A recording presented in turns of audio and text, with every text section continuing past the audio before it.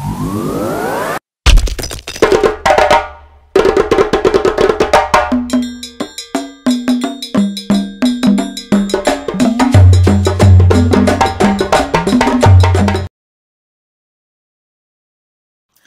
evening, ladies and gentlemen. My name is Dotun Ayodele of Africa X, and I'm here with you to share with you another episode of our exciting and informative program, Immigration Stories. Tonight, I'll be speaking with a personal friend. He's a second generation friend, if I can put it that way, and we've been working closely in the last little while. His name is Akin Oke. Okay. Um, he's lived in multiple countries, but currently he makes his home in Calgary, Alberta, and he'll be sharing his experience moving from location to location until he came here. The goal is basically to get you to that point where if you are considering immigration, you can make an informed decision. So this evening, I'd like you to welcome with me Akin Tokumbo, okay, my friend. Akin, how far? Hi, how you did, Dotun? I'm good. Good to have you here with me tonight. Yeah, nice to finally be with you on this platform. I've been trying to prepare myself for this, but unfortunately, you just have to hit it when it hits you, right? So, Yeah, and I'm hitting you hard tonight. we're gonna roll with the punches, man. That's the way life is. Fantastic. Fantastic. Okay, so as a multi-country home person, if I can use that terminology, um, can you share with us a little about your backstory prior to Canada? Who's Akin Oke? Well, I would say as an intro, I would say Akin Oke is that guy that likes to explore, Okay, um, likes to do things that are extraordinary, okay, um, and likes to move out of his comfort zone. So, um, journey started back home in Nigeria. I went to medical school. Even though I knew I wasn't going to be practicing as a doctor, I'd always been interested in technology. But oh, I grew up in a medical family, went to medical school, graduated medical school. But while in medical school, I had lots of friends that were involved with technology. So I used to roll with them as well as my medical friends. And finished, graduated as an MD, got my full licensure in Nigeria. And originally, I decided I was going to move out of Nigeria to specialize. My area of interest was radiology because I didn't want to be seeing patients. I would rather see films. So I moved to the UK. I started my board exams, and I hit a roadblock. So I ended up going into UK to study for those board exams. And when I discovered that that was stalling, I quickly applied for an MBA because I had always planned that at the end of my residency, I was going to apply to Harvard specifically to get an MBA alongside my MD. But at that point in time, I decided to accelerate my growth in the management world, considering I've been involved in management from a very tender age, running my parents' business from the age of 8. So yeah, I applied to Scotland, Edinburgh Napier School. I chose that school because they had an 18-month program that gives you 1 year of academics and 6 months of hands-on industry experience. So I did that, finished my MBA with a distinction, and about that time I got married as well. And luckily for me and my wife, who is also a professional, she was hired by Statoil. Most people may not know Statoil. They are now called Equinor. Equinor, it's like NNPC is to Nigeria or Sonko is to Canada. And we looked at the paycheck at the time, not having a good grasp of what the Norwegian tax system looks like. The salary then was more than our combined salary in the UK. So it was a no-brainer. So we decided, okay, we were going to go back to Nigeria, get married, come back, move to Norway. So yeah, we did that about 2 or 3 months after my MBA. I was shuttling between Norway and UK doing my consulting gig on the side. And yeah, we settled in Norway after about in a year and a half, 2 years, I got my job with a multinational, Siemens Oil and Gas. Luckily for me, I started from middle management. So it was like an acceleration for me, basically, because Clearly. yeah. So I did that for about 4 years. And because of the challenge with the language and the difference in culture, it was pretty obvious for us that that wasn't an environment we wanted our kids to grow. So Okay. then what was the Okay. option? We had two options. Do we want to go as an expatriate through Statoil or through Siemens to other countries? Or do we want to take a leap of faith and explore a new country? So we decided to try the Canadian permanent residence thing, and that happened pretty rapidly.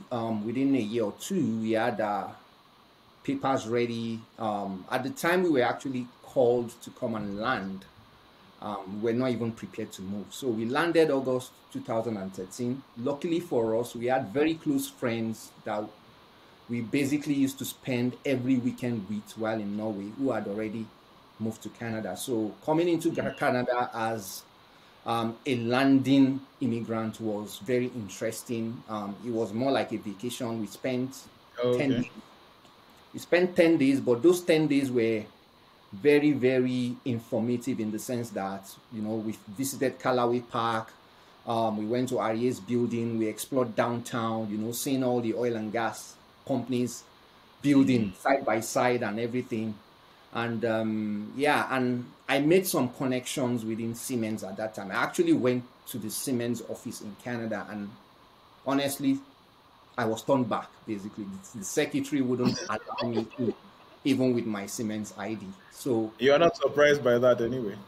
I was surprised because Siemens is a very inclusive organization. They are very, very proud of their employees. So I was shocked at that experience, but it was what it was. I just took it with a pinch of salt because um, later I connected with someone that had exactly a similar position as mine, but they were dealing with electrical deliverables, who actually took me to dinner. Apparently, the guy was trying to transition into a new role, and his role was going to be vacant. And I didn't even know my manager in Norway had interviewed for his role. And then Oh. this was me coming to Canada trying to get a role. So we had a good discussion. He was happy with the conversation. He was happy with the experience I had, even he was related to control system rather than electrical. And he actually put my name forward. So we went back to Norway after 10 days, and we had this 2 year plan to move. But luckily for us, that was quickly accelerated because my wife actually got pregnant when we were here in Canada. We had this Canada pregnancy, and we were like, okay, maybe this is the time to move, because working for Statoil or working in Norway, when a woman goes on maternity is taken as a job experience. You are paid your full salary for I think 8 months or 12 months, and then you can Wow. resolve to 75% of your salary for the rest of the maternity up to 1 year. And after that, your husband actually has a 14 weeks maternity paid as well. You are paid, if you're still employed, you are paid 80% of your salary for the 14 weeks or 100% of your salary for 12 weeks, something of that nature. So it was just the perfect time to relocate because you will have that sustained income, right?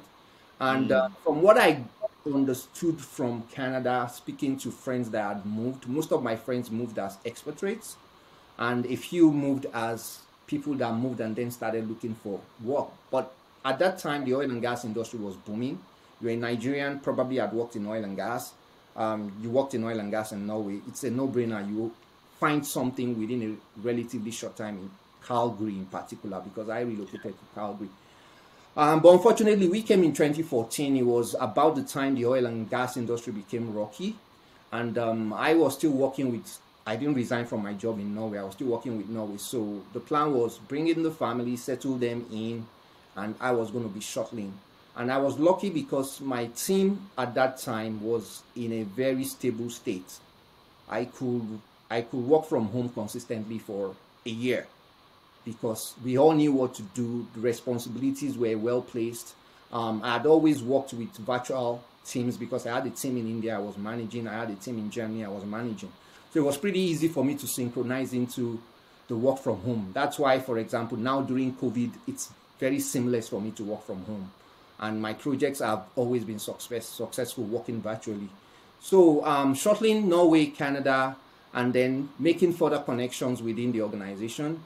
And at some point, a role opened up within pipelines. Siemens was delivering some pipeline power solutions to TransCanada on the KXL project. And they had a few projects with Shell that were failing. And the PMO in Norway recommended me. Interesting.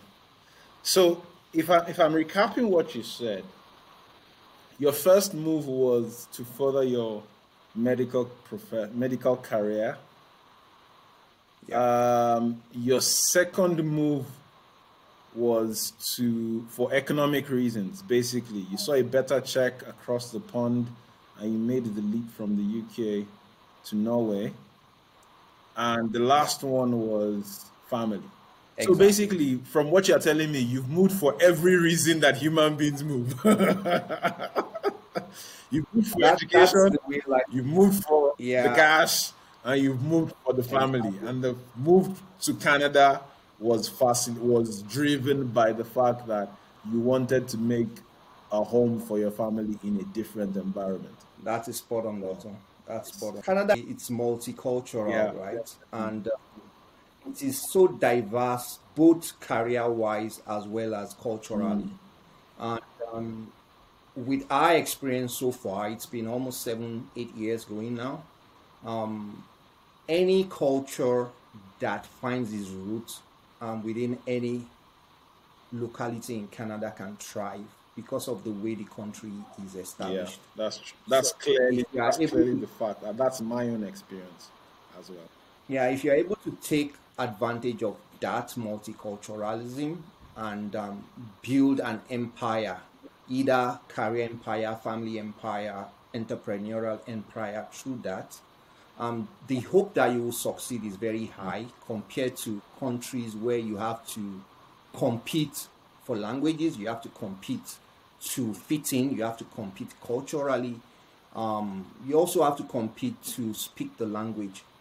And luckily in Canada, the language is Yeah, English, and we Nigerians, we grew up, our first language is yeah, English, besides your mother tongue, yeah. right? So it's just a no-brainer, And basically. I want to flash the light on what you just said again because that's really very important.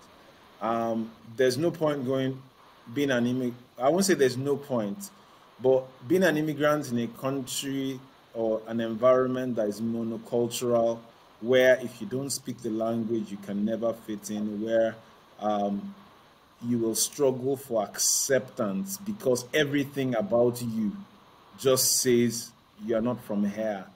It poses a lot more challenges than when language is not a barrier. And all you need to just Yeah, think about is what are the local nuances. And that's the opportunity that Canada has presented, particularly to those of us from professionals. English speaking countries in Africa. Yeah. So thanks for highlighting that. Now, can you share what your first day experience was like? Oh, so being someone that has moved several times, it was a bit different for me this time because I was moving with a family. I had my wife, I had my first son, and a baby on the Mm, way. So, um, one thing I want to highlight is that I guess because of my experience moving from country to country, even though the earlier part was a bit challenging because I wasn't economically stable, this one wasn't that challenging from me from the economic side of things because I knew to some extent things were going to work out. mm, Language wasn't a barrier for me. Experience wasn't a barrier for me. I'd worked with in fact, worked with one of the biggest multinationals, and I know the value I'm able to add to the to any organization I speak to. So that wasn't a border for me with the having in mind that also my wife was going to be paid for a year, and after that I was going to be paid for 3 to 4 months. So we had almost 16 months to settle in. So that was one thing that gave us the confidence to take a leap. But what I was struggling with was, how do I identify that community where I can easily build a community of support? And for me, I was lucky in the sense that um, just before I landed in Canada, I had visited the UK to spend the Christmas with my sibling. And I met a friend of hers who is a practicing physician that was moving to Calgary. So we two ganged up Okay. and convinced my sibling to move. Okay. So I already had someone within the medical line that I knew that was in Mm-hmm. Calgary. I had a cousin that I had never met face to face before that was in Calgary. Okay. And I had friends in Calgary, even though they were on different Yeah. sides, west and Yeah. east. So the question was, where was I going to settle? But luckily for me, the only property that was available at the time was in the southeast, Mackenzie town. So I just rented that, not thinking about it. Just rented it, and that was pretty close to my cousin. It was pretty close to this new friend I had there. And now that's very important. Apart from the cliche saying that says that your network is your net worth, right? A lot of people that Yeah, have come on this show have come to talk about the value of having a network and building it and using it. And it's not just about just you call somebody up when you need a job or when you need a project. It's just maintaining relationships, that's correct. giving and taking.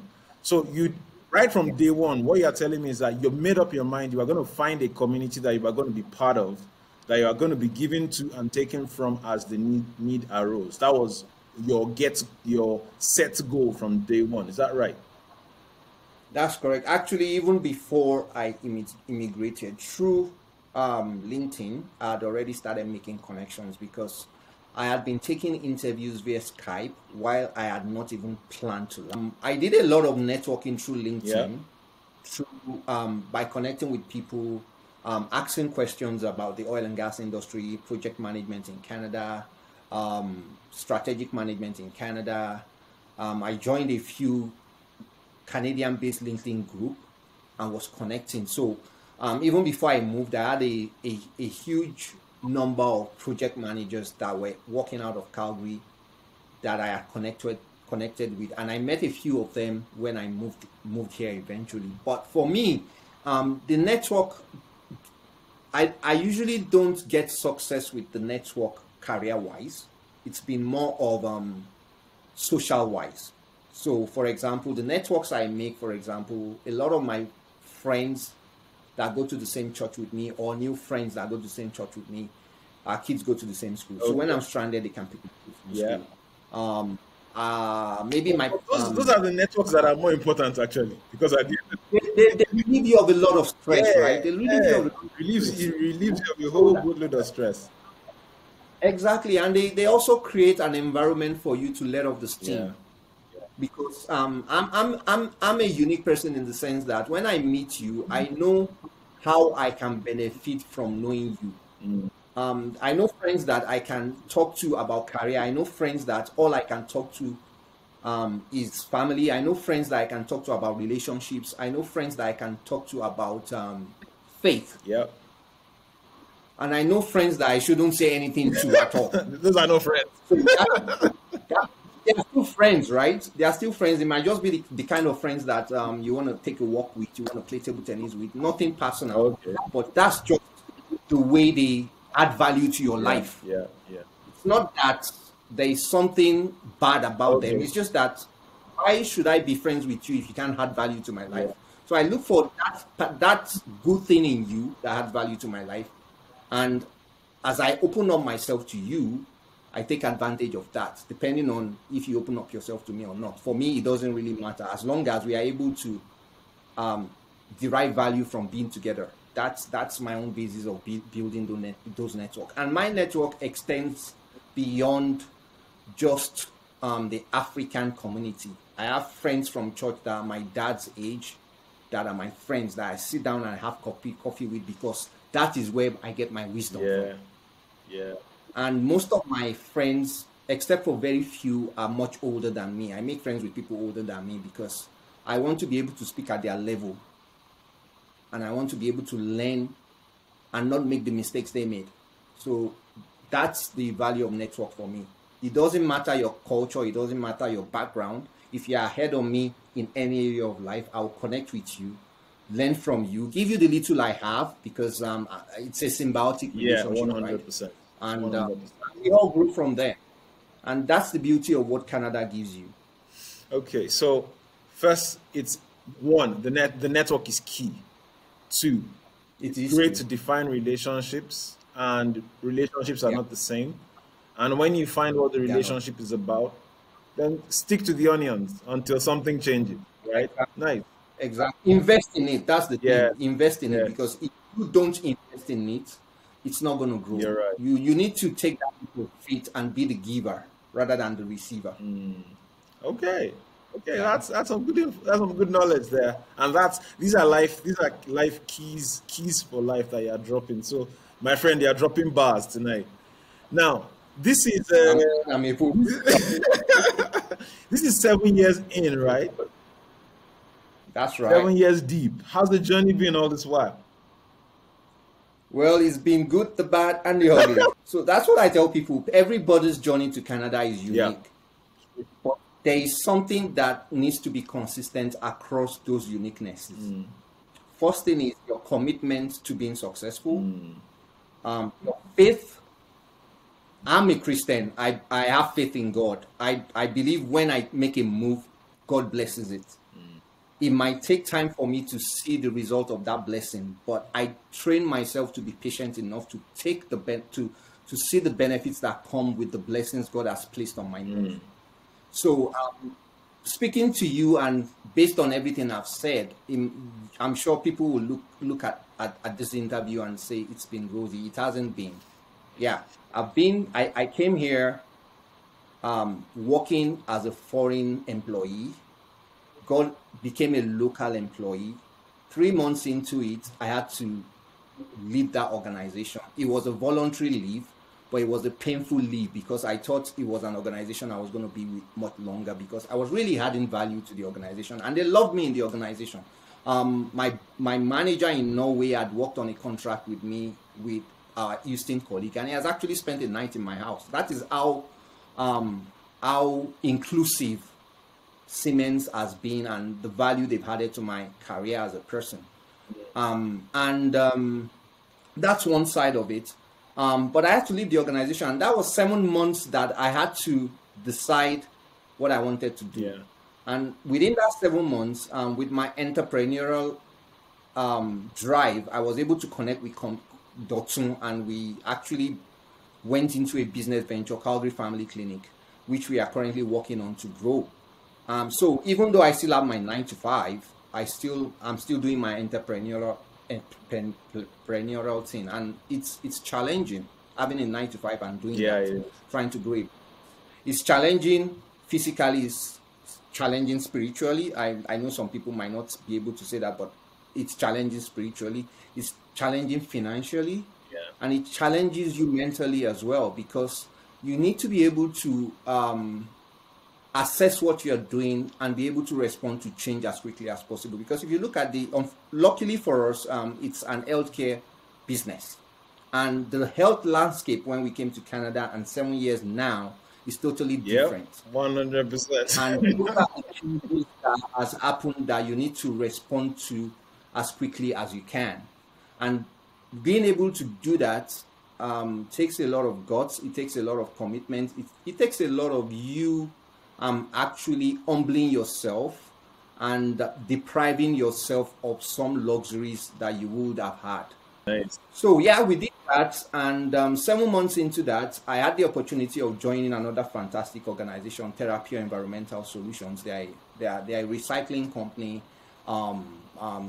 They are an aggressive acquisitor. Let me put it that way. Because in 2 years I was with them, we completed about 7 to 8 mergers and acquisition, and those were the projects I was involved in. And now Therapio is actually being acquired by GFL, one of the Oh, biggest okay. Yeah. recycling companies. Yeah. Nice. So I was with them for 2 years, and the same reason why I left Siemens was the same reason my contract was terminated at the time because we had a lot of oil and gas customers, Enbridge, Sonko, and because of the oil prices, things started changing. So they had to reduce the size of the organization. It was a brand new department I was brought in to join. I was leading the Western Canada part of that business transformation team, and yeah, so I was the first to go, and then my colleague in the East, I knew that a week after.